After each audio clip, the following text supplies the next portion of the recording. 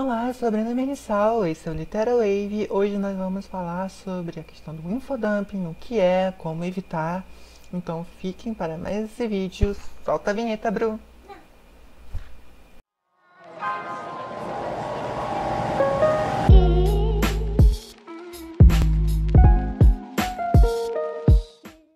Bom, o que é o infodumping, então, para começar? Numa tradução livre do inglês, infodumping seria basicamente jogar informação no lixo. Dumping, jogar fora, né, no lixo. Informação. Ele é basicamente quando você começa a soltar um monte de informação, acumular toda aquela informação sobre o seu mundo, sobre o background das coisas, a história daquele mundo, a cosmologia, tem algum elemento histórico ali e você pega aquele momento, coloca tudo ali e taca pro seu leitor. Esse é um problema muito sério que se repete principalmente na ficção de gênero. Acho que, sobretudo na fantasia, mas na ficção de gênero de modo geral, porque os autores criam seu mundo, né, fazem world building, imaginam o cenário distópico como eles querem que seja, e aí chega e fala, preciso contar isso pro meu leitor precisa saber como é esse mundo que eu passei um ano criando esse mundo. Passei um ano criando esse mundo. O leitor precisa saber como é que é, detalhe por detalhe. Colocar as frutas que tem, as superstições que esse povo tem. Vou falar da língua daquele outro povo e, tipo... Eu sei que você acha isso muito legal, muito necessário, mas ninguém quer saber. Que horror, não, tá. Grossa. Desculpa, gente. O seu leitor quer saber, é legal. Pode ser legal, pode ser legal. Não necessariamente, a gente tem que refletir sobre isso, a gente vai fazer isso aqui hoje.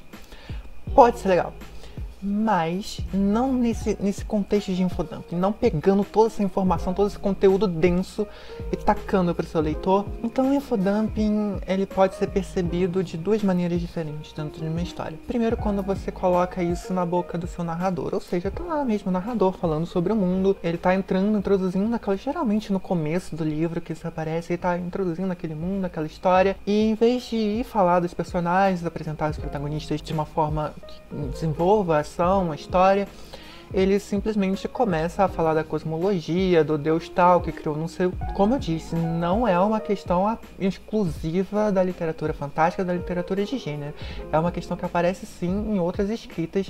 Eu já vi isso num livro brasileiro, inclusive, em que um período histórico da nossa ditadura, um evento histórico da nossa ditadura, precisava ser explicado, porque era um contexto da história, e o escritor, ele cometeu esse infodumping, tornando aquela narrativa, que era uma narrativa de ficção, um livro de história em dado momento, porque ele começou a narrar toda a história. Isso é algo para se evitar. O seu narrador vai narrar as ações principalmente, lógico, ele pode contextualizar, ele pode dar descrição de personagens, de cenários, sim, lógico, normal, natural, mas o principal é sempre a ação. Então, se o narrador está passando parágrafos e mais parágrafos, ou pior, páginas e mais páginas, ou pior, ele se dedica a capítulos inteiros a só colocar background, a só falar do mundo, a só falar daquela...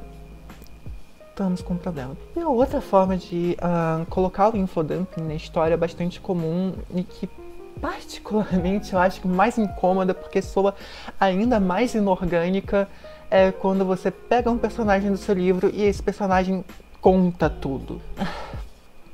Bom, isso é um recurso, e por favor, fãs de anime, não fiquem bravos comigo, eu adoro anime, eu amo anime, sempre assisti minha vida toda, hoje até tô voltando a assistir mais anime, mas anime é um tipo de narrativa que tende a cometer muito infodumping. E a gente vê muito isso, por exemplo, em Sakura Card Captors, ou qualquer anime Mahou Shoujo, né, que tem aquela criaturinha mágica que aparece pra menina, e conta toda a história por trás, o que ela é, o que ela precisa fazer, o que são aquelas cartas que escaparam do livro, por que elas existem, quem inventou, e agora o que a gente faz para reverter isso. Ele já dá todo o background. Death Note também, quando o Raito encontra o caderno e ele chega e explica todo o caderno, como funciona, por que os Shinigamis usam, como usam. Lógico, ele vai descobrindo coisas depois tudo mais, ok, mas de qualquer forma você pega aquele momento da história, de toda a narrativa, você escolhe aquele momento e pega um personagem que tem um conhecimento de tudo que está por trás daquele mundo, daquele cenário, daquela história que você pensou e coloca aquele personagem para dar uma aula. É tão didático e soa muito inorgânico, soa muito artificial. O seu leitor, ele percebe que você está tentando explicar todo aquele background que você pensou para aquela história de uma vez só. E isso pode soar cansativo na literatura, quando você quer colocar todo o seu world building de uma vez só, soa muito cansativo. E isso pode soar bastante artificial também, porque as coisas, os elementos que compõem a história não estão sendo colocados de uma forma natural, orgânica dentro da história, elas estão sendo, sabe, mastigadas e jogadas ali de uma vez só. Então isso é uma coisa que a gente tem que evitar sempre, sempre, sempre, sempre. Por que que o seu leitor se entedia? Ele muitas vezes se entedia com o infodumping. Porque, como a gente disse nos vídeos anteriores sobre trama, sobre conflitos, sobre desejos, o que o seu leitor quer, o que essa história precisa mostrar acima de tudo é ação.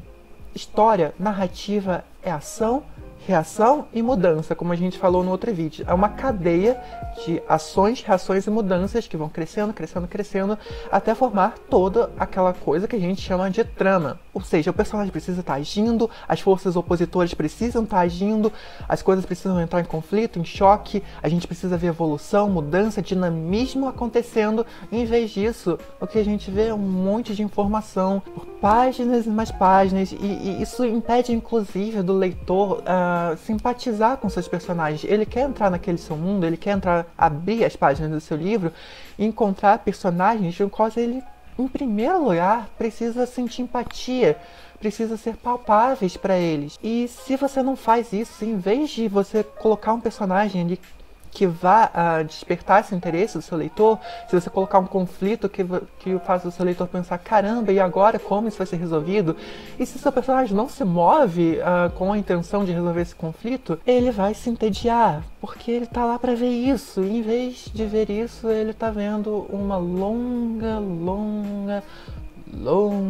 descrição sobre como os deuses criaram o mundo e de como as primeiras criaturas se organizaram e de como, sabe, não é legal. Bom, gente, se vocês estão curtindo esse vídeo, a gente não vai falar como resolver a questão do infodump, por favor, curte esse vídeo, compartilhe com aquele seu amigo escritor que pode gostar desse tema.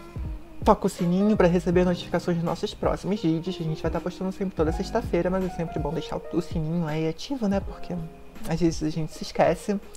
E por favor, se inscreve, a gente está começando, então a gente precisa muito desse apoio. Bom, ok, já sabemos o que é infodumping, porque infodumping não é uma coisa legal de se fazer, e agora a gente precisa pensar, tá bom, Brenda, eu entendi. Não é legal sair socando um monte de informação pro meu leitor de uma vez só.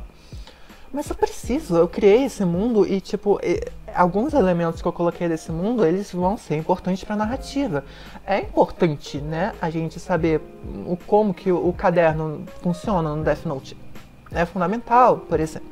Então, como eu posso fazer para colocar esses elementos para o meu leitor sem encher o saco dele? É tudo uma questão de equilíbrio. Em vez de sair e colocar páginas e mais páginas sobre essas informações, a gente pode pensar nelas de uma forma em que elas sejam melhor distribuídas pelo livro, em que elas sejam colocadas para o seu leitor de uma forma que o dinamismo dessa história, que o desenvolvimento dessa personagem não sejam prejudicados. Ou seja, a gente distribui isso através das ações, através do nosso contato do personagem com seus conflitos, da expressão dos desejos dessa personagem. A gente pode estar colocando, pincelando esses momentos, essas narrativas de ação com algumas informações. Mas essas informações, de preferência, tem que estar fazendo parte da ação. Ou seja, em vez de estar acumulando tudo num lugarzinho só do seu livro, a gente está contando essas informações, a gente está passando, transmitindo essas informações no leitor enquanto a ação está acontecendo. É um pouquinho difícil? Um pouquinho difícil, exige um pouco de habilidade, sim, tá?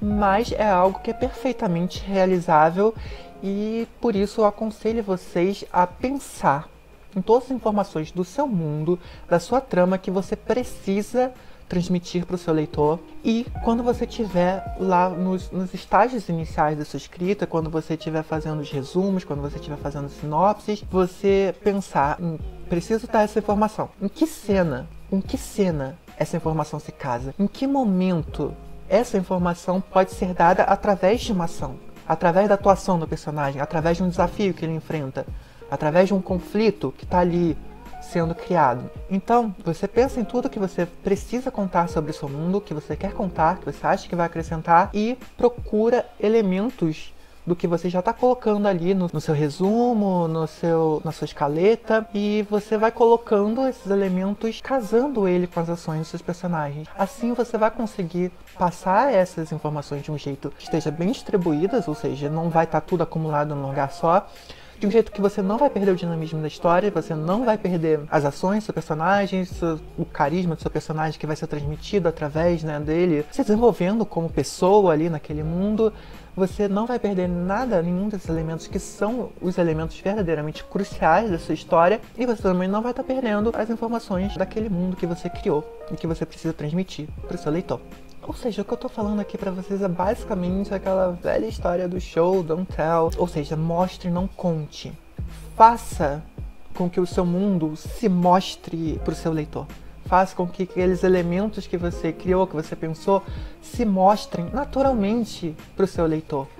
Enquanto a história está se desenvolvendo, não fica contando pra ele como é o seu mundo. Porque isso é chato, isso é cansativo e isso tira a beleza dessa história. A última dica que eu tenho aqui pra dar pra vocês é o que realmente precisa ser contado. Pensa bem, se você não tá nem conseguindo enquadrar aquela informação em alguma ação, em algum momento da narrativa, é porque ela é importante? Talvez ela não seja importante. Uma coisa complicada, principalmente quando a gente trabalha com world building, é que a gente se encanta muito pelo mundo que a gente cria, pela distopia que a gente cria. A gente se encanta muito, a gente pensa na política, na língua, na cultura daquele povo, e a gente quer que o nosso leitor entenda tudo aquilo, mas às vezes simplesmente não é necessário que ele entenda tudo aquilo. Se isso não vai acrescentar nada na trama, na narrativa e no desenvolvimento dos personagens, verdadeiramente não é necessário. Eu sei, aquilo é tudo muito especial pra você, são seus queridinhos, mas corta a cabeça dos seus queridinhos fora, porque isso pode fazer bem pra essa história também. Bom, eu vou falar aqui, já que eu falei de alguns animes que cometem infodumping, e de novo, gente, por favor, eu amo Death Note, eu amo Sakura Card Captors mais que, sei lá, muitas coisas na minha vida, tá? Eu amo muito Sakura Card Captors, mas são alguns animes, e não são todos os animes, claro, que cometem infodumping. Um exemplo positivo, que aliás, eu acho que assim, esse livro, em termos de tudo que a gente aprende de construção narrativa, de narrativa clássica, narrativa aristotélica, né? Tudo que a gente aprende de mostrar em vez de contar, e de não cometer infodumping, mesmo trabalhando num cenário distópico, em que várias coisas são diferentes, você tem que explicar Jogos Vorazes, tá? Eu acho que é um livro que a gente pode ter como um livro de estudo para esse assunto, para alguns outros assuntos também. Você pode até não gostar de Jogos Vorazes, você pode criticar várias coisas em Jogos Vorazes, eu não estou dizendo que seja um livro perfeito, mas é um livro que ensina bastante sobre algumas técnicas narrativas, porque a autora usa muito bem essas técnicas narrativas. Então eu daria a vocês um exemplo de uma ficção de gênero, né, que não comete infodumping, Jogos Vorazes, com certeza. Então, nem uma lida se você não leu ainda, tá? Eu acho que pode contribuir bastante. Então vamos tentar fazer aqui uma breve recapitulação. O que é infodumping? Muita informação num espaço curto de texto. Por que é ruim? Porque é cansativo e porque não permite que a sua história esteja contando o que realmente importa, que é o desenvolvimento da sua trama, dos seus personagens, dos seus conflitos. Consequentemente, cansa o seu leitor. Como evitar o infodumping? Distribuindo essas informações e colocando elas dentro das ações dos seus personagens, certo? O velho e clássico Show, Don't Tell. Bom, gente, é isso que eu tinha pra passar pra vocês nesse vídeo. Eu espero que vocês tenham gostado. Deixem aí algumas obras que vocês acham que pecaram nesse aspecto do infodumping e também outras que vocês acham que pode até contribuir para outras pessoas lerem, principalmente se for de fantasia, né? Deixem os exemplos aí que vocês tiverem para que a gente possa ter mais referências e escrever histórias melhores juntos. É isso, gente. Um beijo e até a próxima.